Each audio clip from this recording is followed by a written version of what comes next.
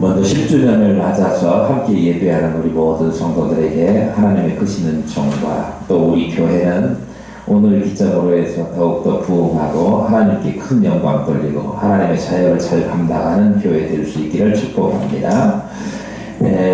오늘 본문의 말씀 순서를 따라서 해오는 말씀이지만 오늘 본문의 말씀을 10주년 생일에 즈음한 오늘 주일에 하나님께서 우리에게 준비해 주셨다가 주신 말씀으로 알고 봤는데요.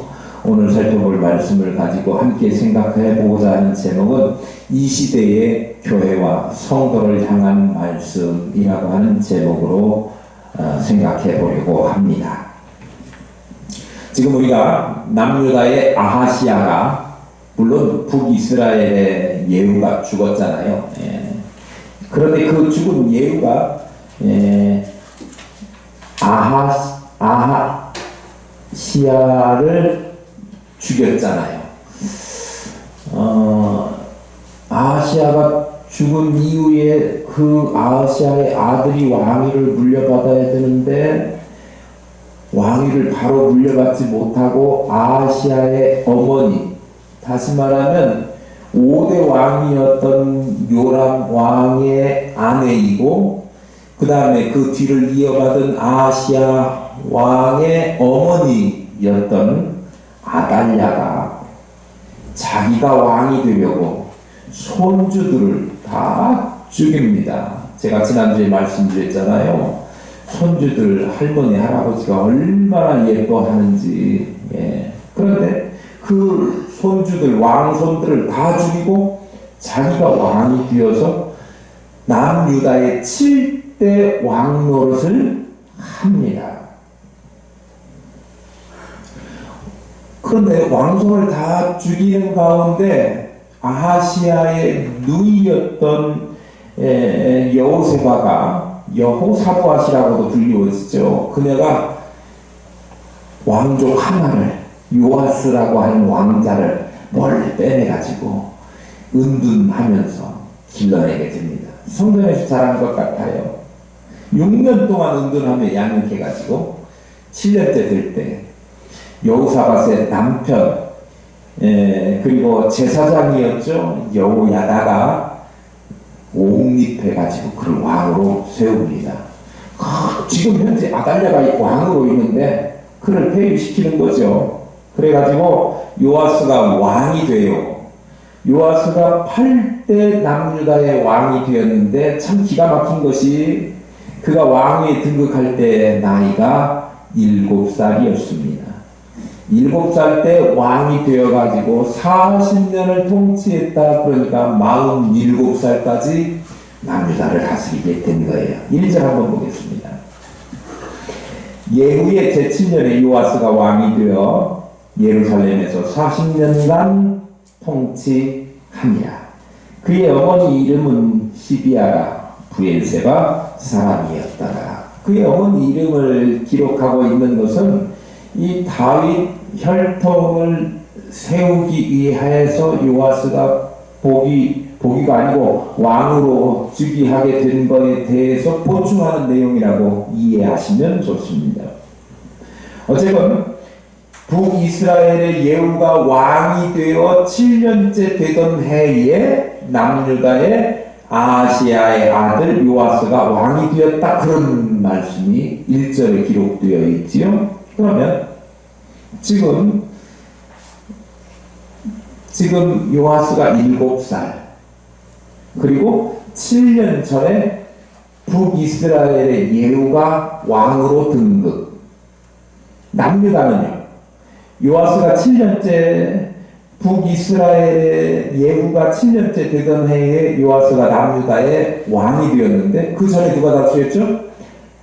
6년 전에 이미 아달랴가 자기 손주들을 죽이고 왕이 되었어. 그러면 아달랴는 언제 왕이 된 거예요? 북이스라엘의 예후가 왕 될 때 같이 왕이 된 거예요. 제가 그 이야기 하려고 하는 거예요. 그때가 대략 주님 오시기 전 주전 835년으로 추정하고 있습니다. 요아스가 40년을 통치했다 그랬는데 왕이 되기 시작한, 왕이 된 것은 겨우 7살 먹어서 왕이 되었습니다. 우리가 이미 11장에서 살펴본 바와 같이 아달랴에 의해서, 할머니 아달랴에 의해서 자기 형제간들이 다 죽었지 않습니까? 누구만 남았어요? 요아스만. 그것도 대놓고 자랑스럽게 우리 손주 보라고 핸드폰 내밀면서 이게 내 손주 요아스다 이렇게 하지 않았어요. 숨겨서 키웠단 말이에요. 형제간들이 있어요? 없어요.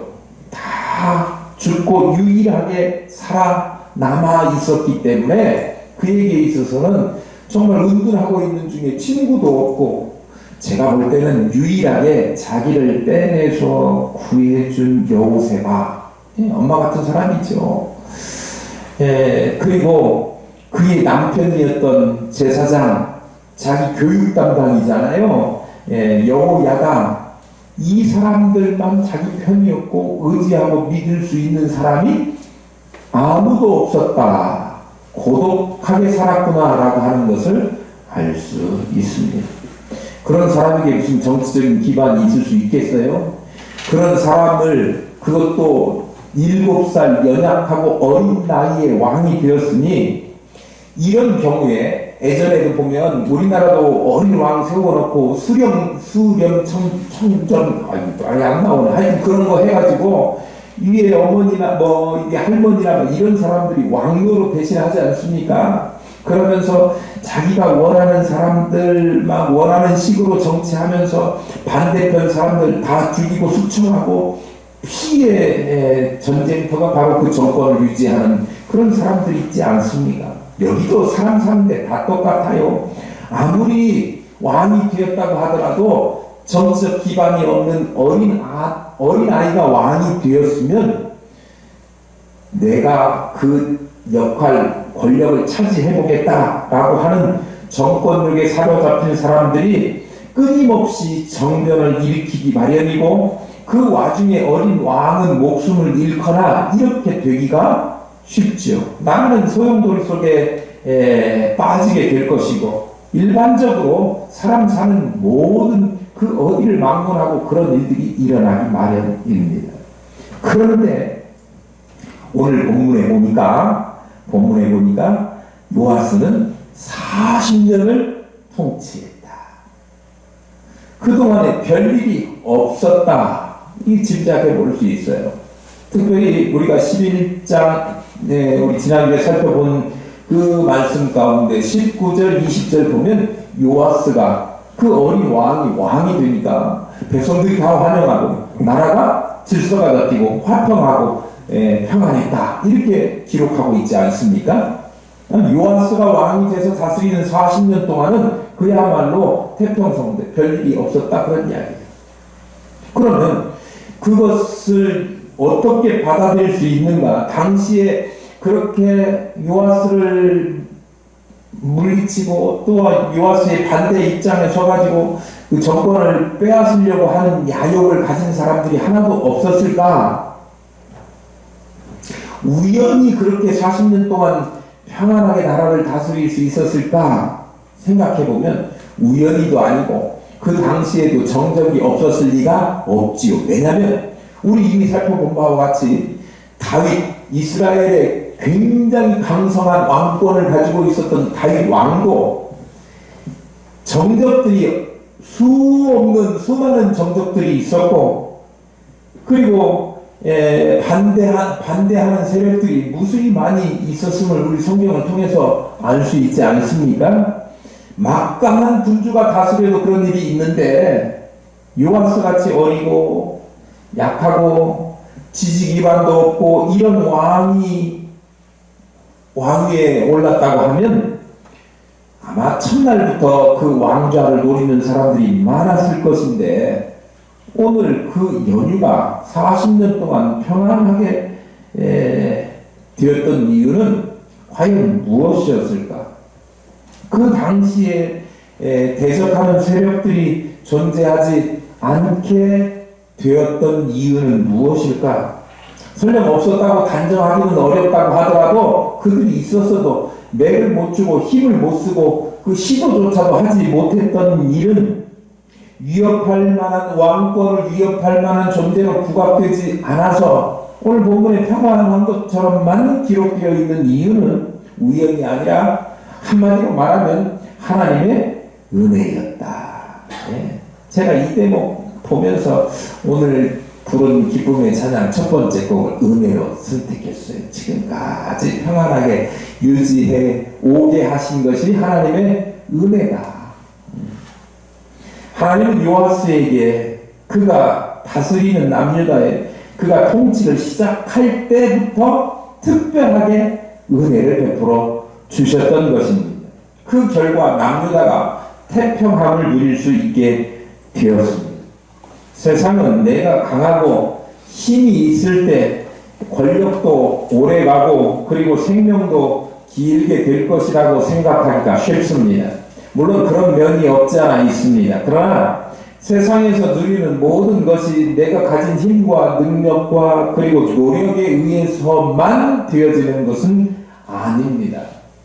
오히려 내 아무리 노력해도 그런 것 얻기가 쉽지 않고 얻어지지 않는데 우리에게 그런 것들을 허락하시는 것은 하나님의 은혜라고밖에 말할 수 없습니다.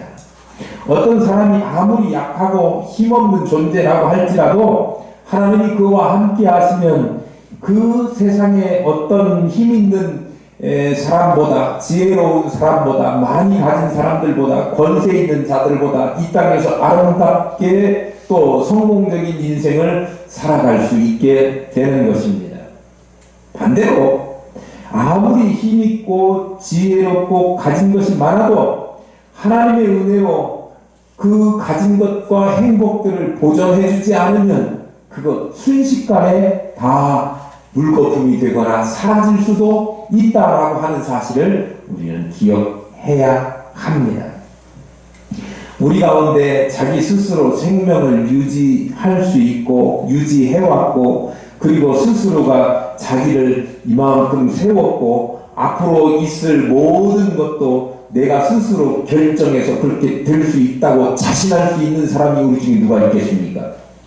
단언컨대 아무도 없을 것입니다. 내일 일도 모르지 않습니까?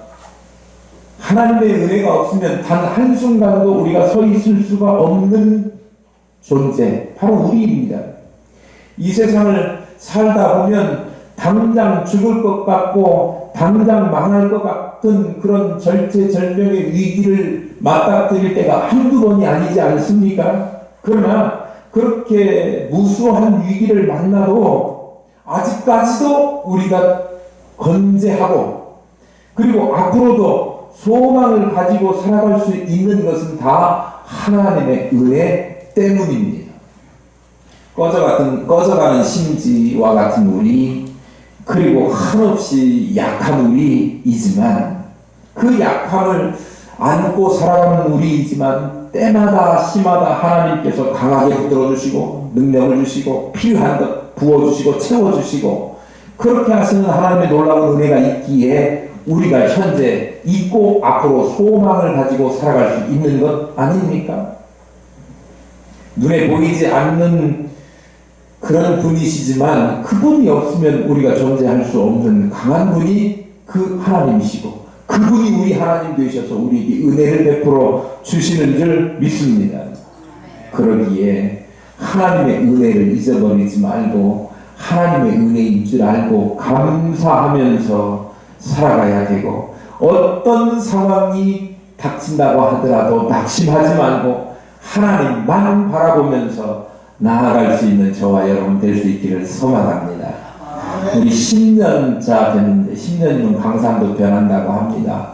10년 맞이하면서 아시는 분은 아시고 모르시는 분은 모르시겠지만 우리 교회가 뭐 우여곡절이 없었다고 하면 거짓말이겠지요. 힘든 때도 있었고 어려운 때도 있었고 이제 문을 닫아야 되나와 같은 코로나와 같은 시간도 있었지만 하나님께서 은혜 주셔서 지금까지 여기까지 이르게 하시고 하나님께서 진리를 수호하는 교회로 건강하게 바로 서서 든든하게 서갈 수 있도록 은혜 주시고 또 작지만 전도하는 일, 선교하는 일 끊임없이 감당하게 하시고 또 지역사회를 돌보며 김장 나눔을 쉬지 않고 계속해서 이어갈 수 있도록 하나님이 은혜를 주신 것, 이게 하나님의 은혜는 이 작은 교회가 감당할 수 없는 일인데 감당하게 하신 것 하나님의 은혜인 줄 알고 하나님께 영광을 돌리시며 은혜 주실 때 더 잘 감당하는 저와 여러분 또 우리 교회 될 수 있기를 축복합니다. 아멘. 2절 말씀 한번 보실까요? 함께 읽어보게요. 네, 함께 읽어보겠습니다. 이게 무슨 뉘앙스가 있는가 마음속에 생각하시면서 읽어봐요. 시작. 요아스는 제사장 여호야다가 그를 교육하는 모든 날 동안에는 여호와 보시기에 정직히 행하였으되. 대단히 중요한 사실을 가르쳐주고 있는 말씀이 2절입니다. 요아스가 제사장 여호야다로부터 주님의 말씀으로 양육받았어요. 교훈을 받는 동안에 여호와 보시기에 정직히 행하였다. 그렇게 기록하고 있습니다. 제사장 여호야다는 어린 나이에 왕위에 오른 요아스를 모시면서 그에게 율법을 가르치고 하나님의 말씀으로 그를 양육했습니다.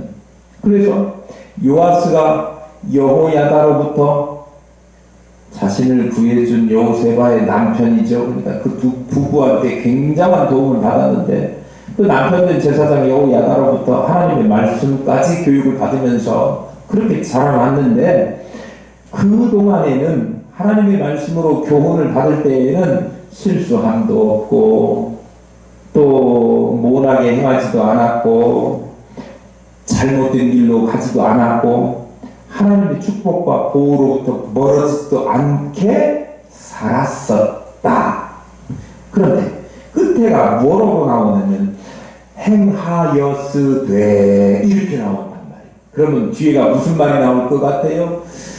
말 줄임표이면서 여호야다가 하나님의 말씀으로 교육하지 않았을 때, 안 한 게 아니라 못했을 때, 여호야다가 죽고 난 다음에 그 다음에는 그대로 행하지 않았었다 라고 하는 것을 짐작해 볼 수 있어요.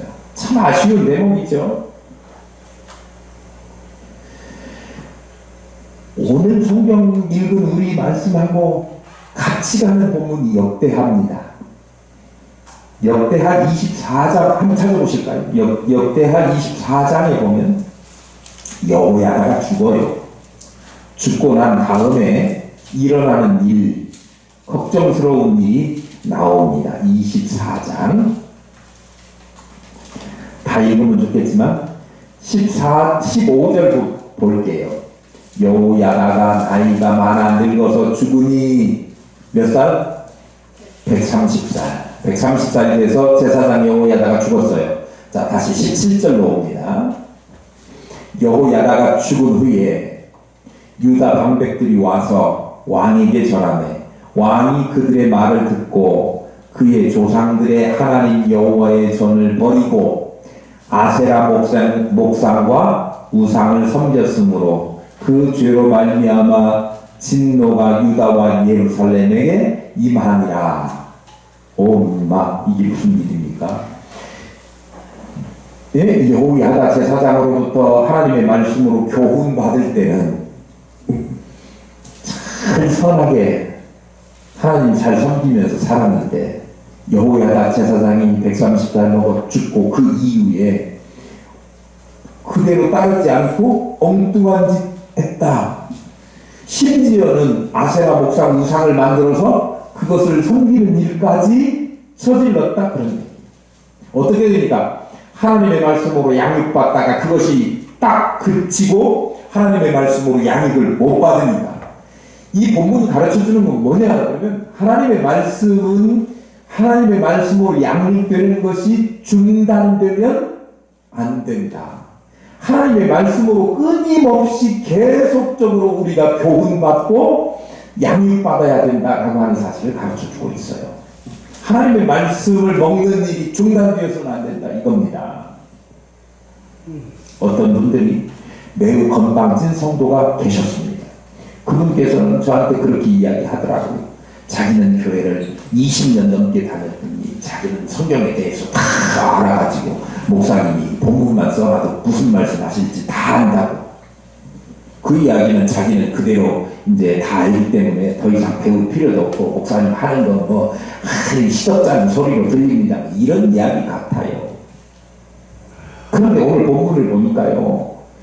하나님의 말씀을 다 알 수 있는 것도 아니고 우리가 안다고 해서 그걸 다 실천할 수도 없는데 만약에 하나님의 말씀을 듣고 교훈 받는 일이 끊어지면 그는 어디로 간다?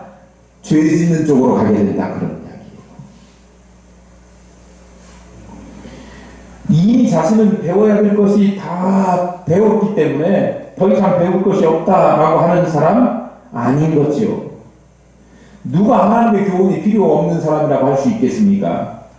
세상에 누구도 더 부족함이 없을 만큼 하나님의 은혜를 받은 자는 존재하지 않습니다. 하나님의 은혜를 받고 살지만 그래도 부족한 거예요. 아니 우리는 타락한 존재이기 때문에 죄성을 가지고 있어서 가만 놔두면 은혜 다 까먹고 죄악을 저지를 수밖에 없는 나약한 존재가 우리 아닙니까? 그러니까 아무리 제가 은퇴한 목사님들 많이 만나보지만 목사님들 그 은퇴한 분들 저보다 목회를 수십 년 더 많이 하시고 또 선배로 사셨고 그렇게 사셨으니까 목사님들은 이 성경에 대해서 통달하시고 다 깨고 그러신 분들 아닙니까? 근데 그분들 보면 더 겸손하시고 더 말씀을 사모하시고 이런 거 볼 수 있어요.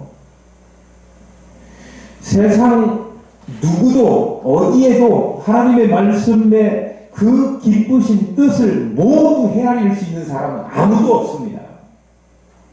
하나님의 도움이 필요 없을 만큼 인격적으로 성숙한 사람도 아무도 없습니다. 너나 할 것 없이 다 타락할 여지가 있고 다 약해질 소지가 있고 다 우매한 짓, 어리석은 짓을 범할 그런 여지들을 충분히 다 가지고 있는 그것이 우리 연약한 인간들입니다. 타락한 존재이기 때문에 그래요. 하나님 말씀 없으면 단순히 잘못을 범할 가능성만 가지고 있는 존재가 아니라 반드시 잘못을 하게 되어 있는 존재가 우리라고 하는 거예요.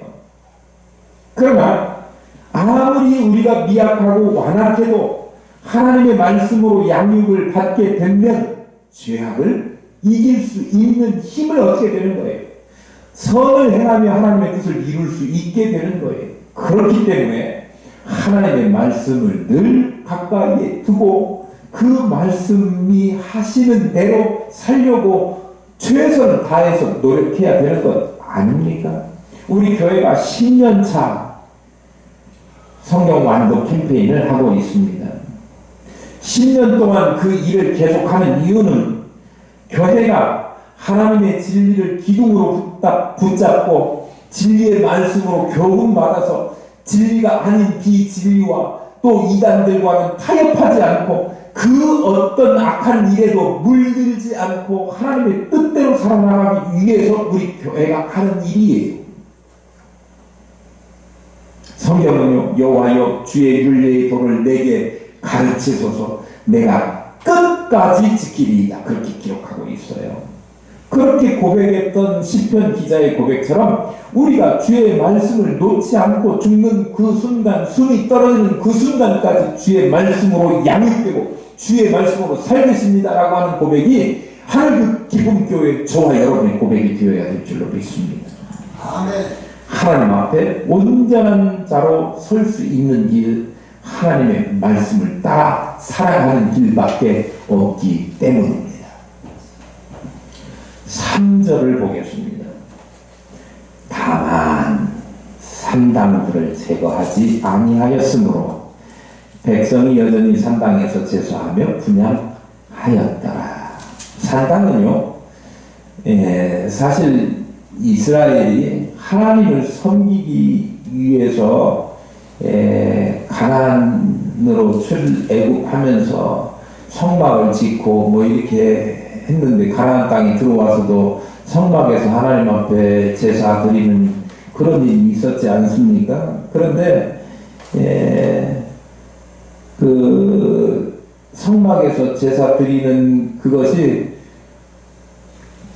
잘 지켜지지 않게 되자 거기를 우상 섬기는 그런 형식으로 사용해버리는 이스라엘 백성들의 우매함이 드러난 그 장소가 산당이기도 합니다. 또 원래부터도 산당이라는 말이 원래 높이 있는 곳이라고 하는 뜻이거든요. 높이 있는 집. 그러니까 높이 지어 놓으면 신들과 더 가까이 접할 수 있다라고 높은 산이 높은 곳에다가 뭐 집 같은 거 세워놓고 거기서 우상들에게 절하는 그런 용도로 사용되었던 것이 산당이었어요. 그러니까 산당이 하나님께 예배하는 장소였지만 이스라엘 백성들이 토착민들이 애초부터 우상 섬기는 용도로 사용해왔기 때문에 하나님에 대한 믿음이 떨어지면 그 장소를 하나님께 대한 예배하는 곳으로 사용하지 않고 뭘로 사용하는 쪽으로 기울어버리게 된다고요? 우상 숭배하는 곳으로 기울어버리게 됩니다. 그러니까 하나님께서 산당을 제하라 그렇게 명령을 하셨는데 산당을 제대로 제어하지 못했기 때문에 백성들이 그 산당에서 계속해서 우상을 섬기고 하나님을 떠나게 된 그런 장소로 전락해버렸다 그런 이야기예요. 그러니까 요아스가 하나님의 말씀으로 양육을 받았어요. 지금까지는. 그 뒤에 내용은 지금 기록하고 있지 않는데 하나님께서 그 내용 하나님의 말씀으로 양육을 받아서 참 나라가 평안하고 잘 다스렸다라고 하는 거기까지만 말씀하시고 그 뒤에 그러나 산당은 제거하지 않았다 이렇게 말씀하시는 거예요. 다 잘했는데 산당만큼은 제거하지 않아가지고 참 그것도 제거했으면 좋았을 뻔했는데 이런 아쉬움을 남기고 있는 거죠. 그래서 결론은 어떻게 됐다고요? 백성이 산당에서 여전히 산당에서 제사하며 분향하였다. 우상숭배했다 그런 이야기입니다.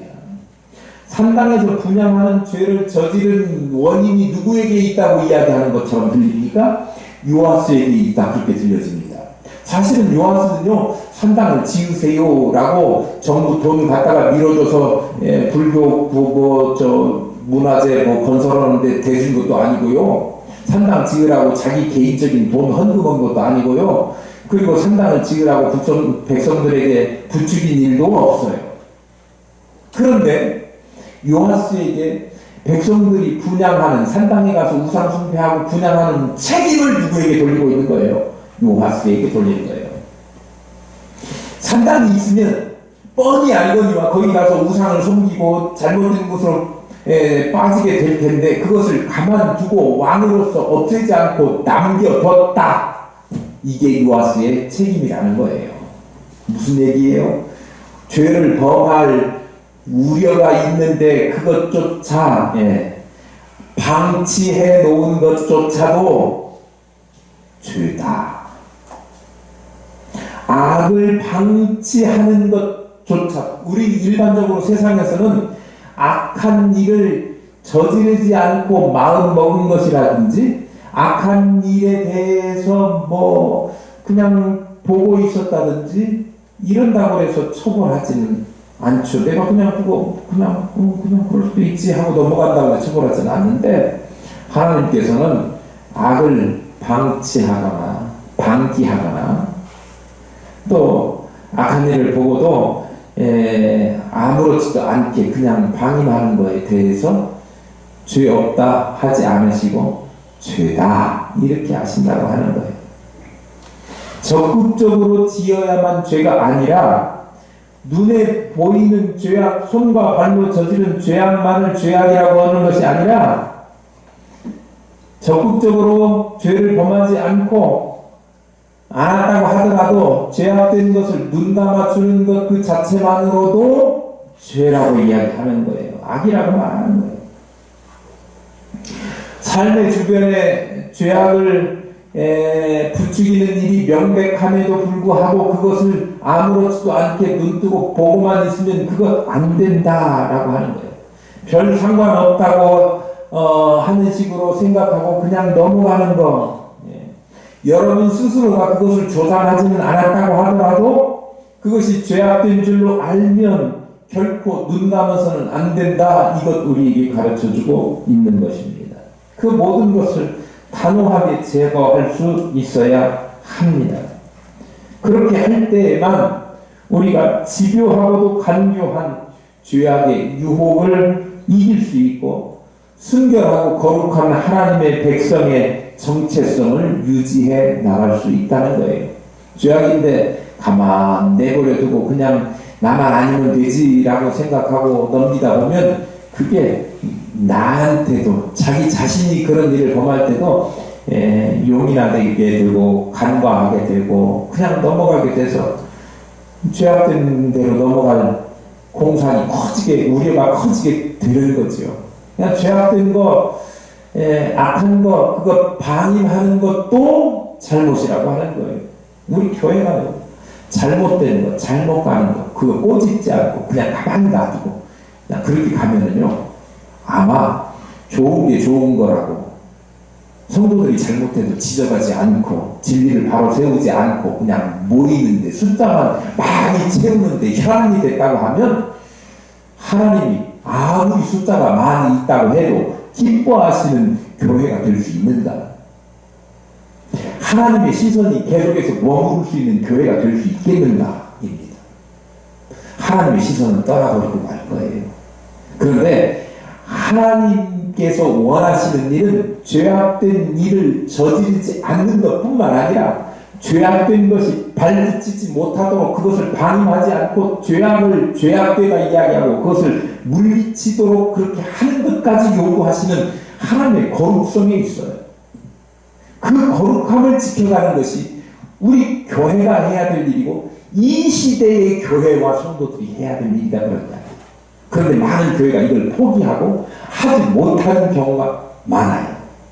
그런데 하나님께서 우리에게 시선을 고정하신 이유는 그 일 잘 해내라고 고집스럽다고 그러면 표현이 좀 잘 못된 표현일지 몰라도 말씀 지키고자 말씀대로 교회가 그렇게 가야 된다고 성도들이 그렇게 살아야 된다고 고집스럽게 이야기하는 목사를 이곳에 세우시고 하나님의 교회가 그것을 지켜나갈 수 있도록 은혜 주셨으니 우리 믿음의 성도들이 이걸 잘 지켜서 하나님 믿는 성도들의 정체성과 하나님의 거룩성을 지켜내는 그런 아름다운 교회, 하나님의 시선이 계속해서 머무는 교회, 하나님의 진리를 지켜내는 교회, 그런 교회 될 줄로 믿습니다. 하나님께서 우리 신년을 맞아 우리에게 주시는 이 아름다운 말씀, 지켜야 될 교훈의 말씀을 잘 받아서 큰 복을 받는 가정과 또 교회 될 수 있기를 축복합니다.